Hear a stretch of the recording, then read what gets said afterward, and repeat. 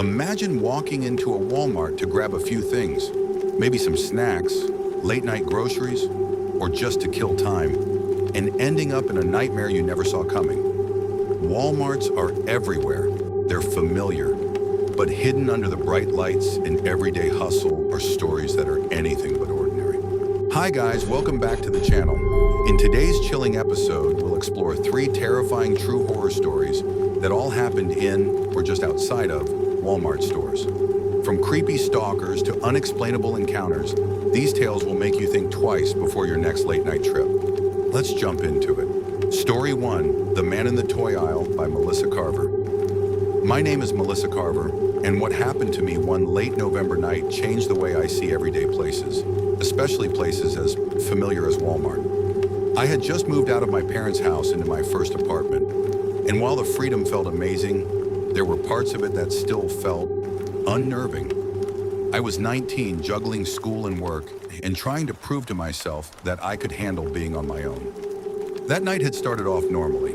I had just finished a long shift at the cafe where I worked and stopped at home to drop off my bag when I realized I was completely out of toilet paper, paper towels, and a few other essentials.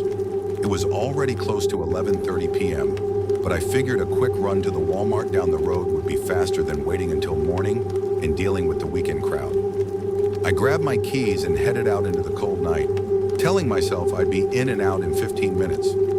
The store was quiet when I got there, like it always was at that hour. The huge parking lot, usually packed and chaotic, was nearly empty. Just a few scattered cars and a single shopping cart abandoned near the entrance. Inside, it was even quieter. There were a few night shift employees walking around with pallets of boxes, restocking shelves for the morning rush, and a handful of late-night shoppers minding their own business. The lights buzzed overhead, slightly dimmer than usual, and the echo of my footsteps on the polished floor made me feel like I was the only person there. I moved quickly through the aisles, grabbing what I needed and tossing it into my cart. I should have gone straight to checkout, but for some reason I didn't. On my way to the front of the store, I made a last-minute turn into the toy section.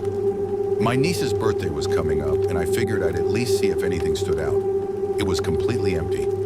All I could hear was the soft beep of a scanner way in the distance and the low hum of the refrigeration units in the back of the store. That's when I saw him. At the very end of the aisle, near the Lego sets and remote control cars, was a man, tall, skinny, standing completely still.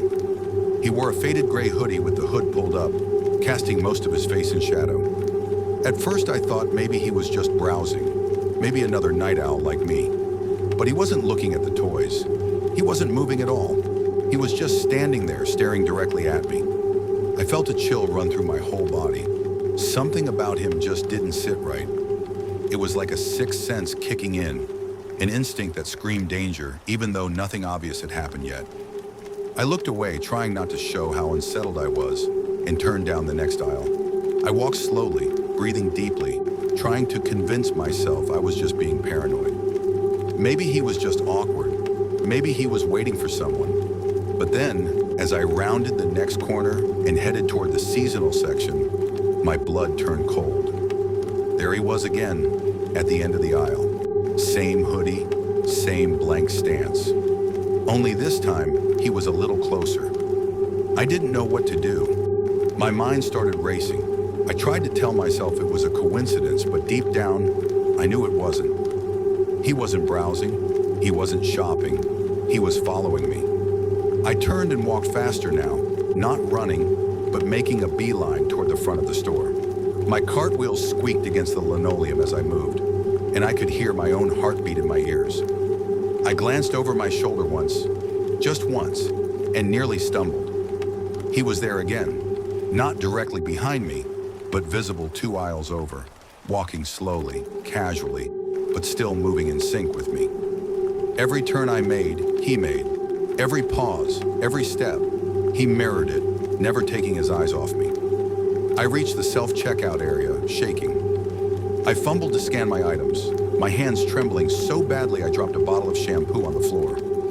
The machine beeped and glitched for a second. I looked up. He was gone. I scanned the area, hoping, praying that he had left. But he wasn't at any of the registers. Not near the customer service desk, not in line, nowhere. My heart pounded harder. I paid as fast as I could, skipped the receipt, and bolted for the exit. The moment those automatic doors slid open, I felt the freezing night air slam into my face, and then I saw him again. He was standing beneath one of the broken streetlights at the far end of the parking lot near my car. Not moving, just watching. I didn't wait. I sprinted toward my car, fumbling for my keys in my pocket.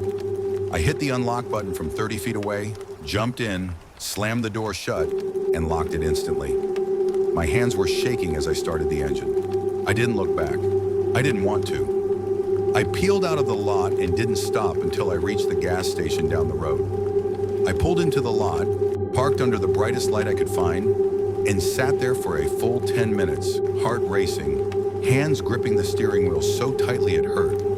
Eventually, I gathered myself enough to drive to the police station. I told the officer on duty everything. The man in the toy aisle, how he kept following me, how he was outside near my car. They were calm, professional, and they took my report seriously. What they told me later still haunts me. Walmart's surveillance footage confirmed everything. The man was following me, first from a distance, then closer.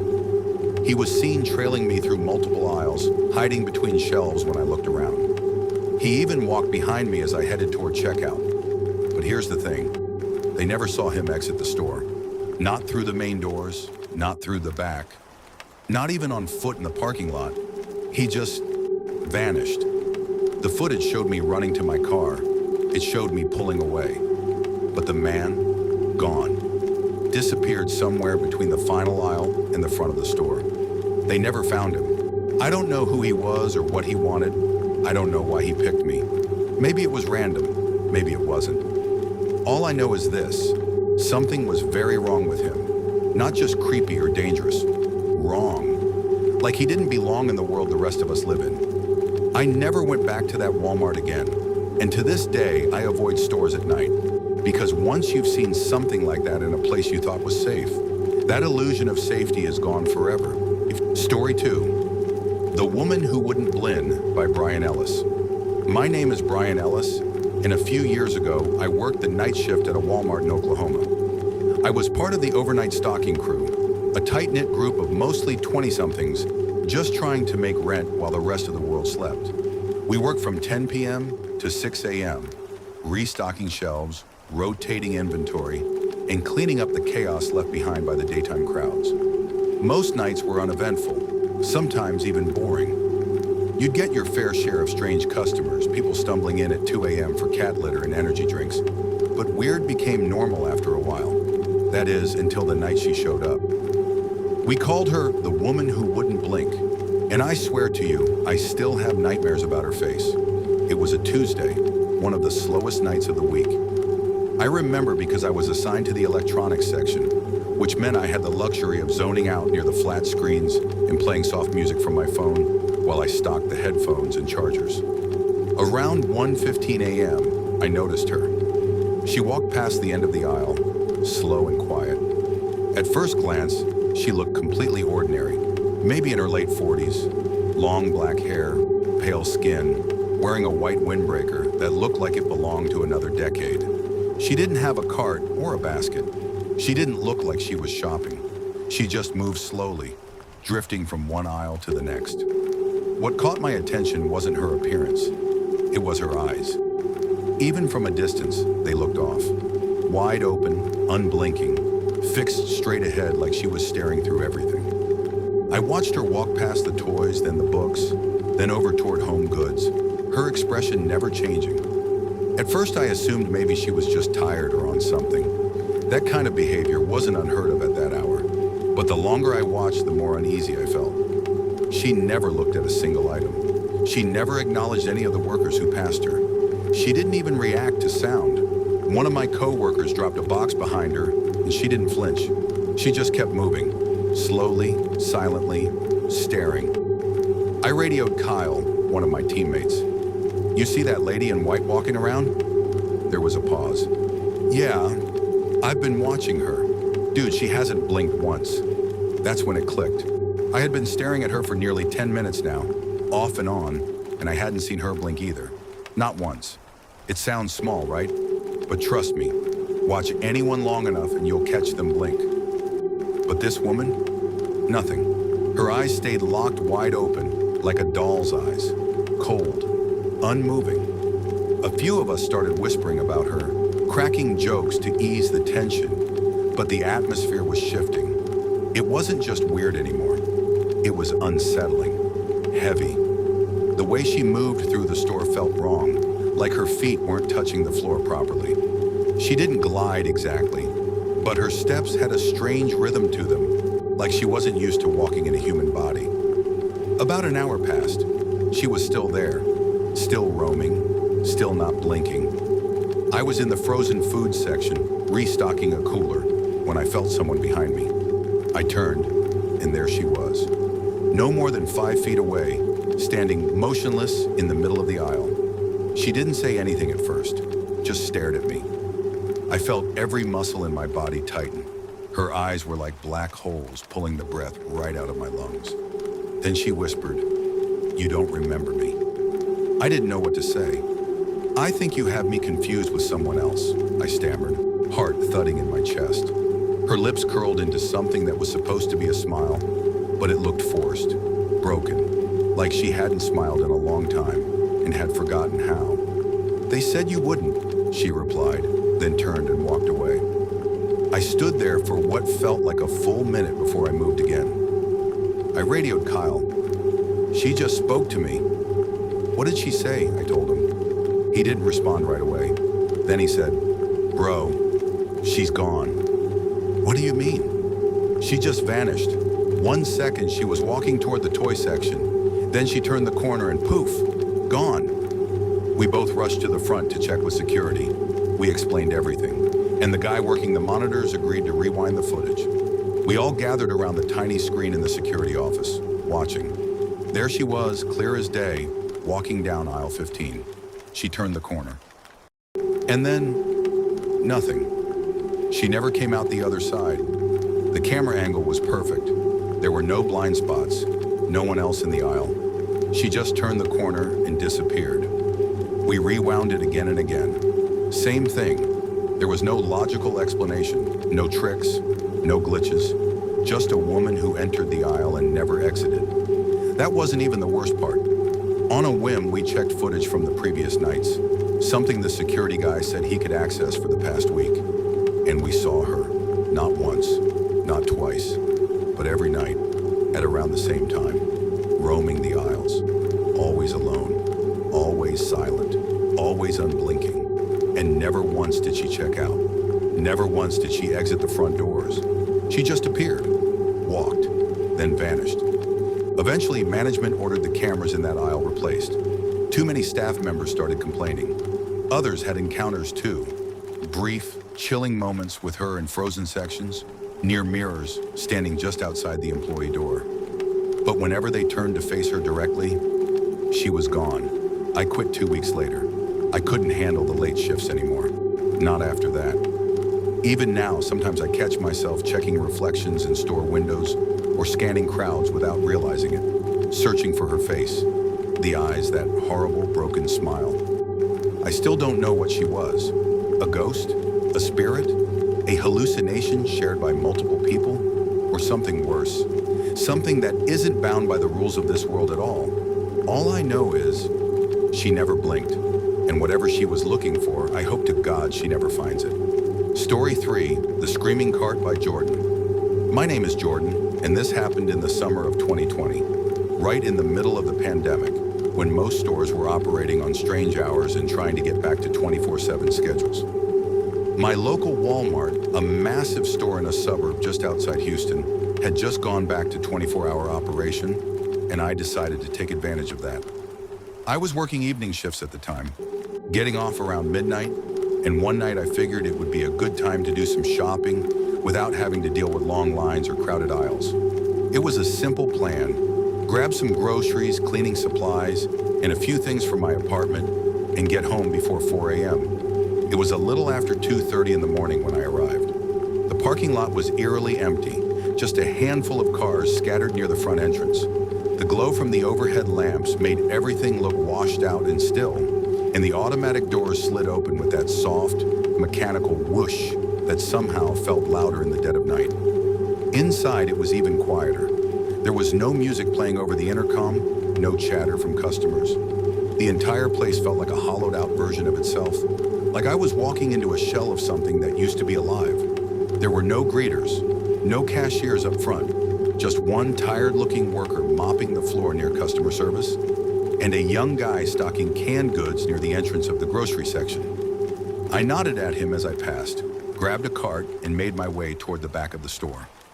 The wheels squeaked slightly as I moved, echoing through the empty aisles in a way that made the silence feel even heavier. I started in the produce section, tossing in a bag of apples, some lettuce, and a couple of other basics, then turned down one of the center aisles to grab cereal. That's when I heard it, a scream. It came from deep inside the store, somewhere near the back where the toys and sporting goods are. At first, I thought maybe it was a child having a meltdown or a prank by some bored teens. But the sound, it wasn't normal. It wasn't a scream of frustration or play. It was sharp, raw, panicked, like someone in real fear. It cut through the air and echoed, bouncing off the high ceilings and empty shelves. I stopped in my tracks, every hair on my body standing on end. I looked around, half expecting someone to come running down the aisle. But there was no one. Just the flickering overhead lights and rows of neatly stacked cereal boxes. I debated what to do. I should have left right then and there. But curiosity and maybe a sense of responsibility got the better of me. I pushed my cart slowly toward the sound, heading deeper into the store. The lights seemed dimmer the farther I went, like the store was operating on emergency mode or half power. The air grew colder. My footsteps and the cartwheels were the only sounds I could hear. As I approached the toy section, I saw something up ahead, a shopping cart. It was tipped over on its side in the middle of the aisle, surrounded by scattered items, a few boxes of cereal, a bag of flour, a single pink crock. There was no one nearby. No sign of a struggle, no dropped phone or wallet, just a mess, like someone had vanished in the middle of shopping. I called out, "Hello? Anyone there?" No response. I took a cautious step forward, and as I did, I heard it again. The scream. But this time, it didn't come from far away. It came from the cart, a horrible, high-pitched wail that rose from the overturned cart, like it was coming from inside it, like someone had jammed a speaker under it and was blasting a scream through it. The sound didn't fade or echo. It just stayed, piercing and unnatural, vibrating through the air until I dropped my basket and stumbled back in sheer panic. Then just as suddenly as it started, it stopped. Dead silence. I turned and bolted. I didn't look back. I didn't try to figure out what was happening. I just ran, past the toys, past the groceries, through the checkout lanes, and right out the front door. As soon as I got to my car, I locked the doors and sat there for a moment, heart pounding, trying to convince myself that I hadn't imagined it. But I wasn't alone in experiencing it. A few days later, I went back during normal hours. I wasn't planning to. Honestly, I was still spooked, but I needed to pick something up. At the self-checkout area, I saw the same young worker I'd passed that night, stocking cans. I hesitated for a second, then walked over to him. "Hey," I said, "you were here the other night, right? Like late? Around 2:30? He nodded. "Yeah, I work overnight shifts." I lowered my voice.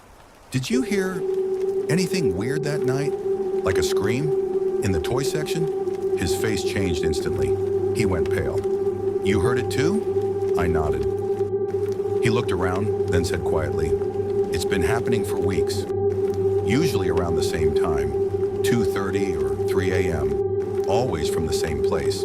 Sometimes it's a scream, sometimes it's crying. Once we found a trail of carts leading into the stockroom, and they were all lined up perfectly, like someone had walked them there. But nobody was on shift back there." He said security had tried reviewing footage once. The cameras glitched every time the sound started. One time they caught something on tape, just for a split second. A black shape crouched behind an aisle display, long arms pressed against the floor, almost spider-like. The footage cut out as soon as it moved. I asked him why they hadn't closed the store, why no one was talking about it. He shrugged. People disappear in the news every day. No one wants to believe something's wrong with a Walmart. I haven't shopped there since. I order everything online now or stick to daytime trips with lots of people around. But sometimes I'll wake up in the middle of the night and hear a faint squeak, like cartwheels. And I'll remember that scream, how it didn't echo, how it just tore through the air, like something that wasn't supposed to be heard by human ears.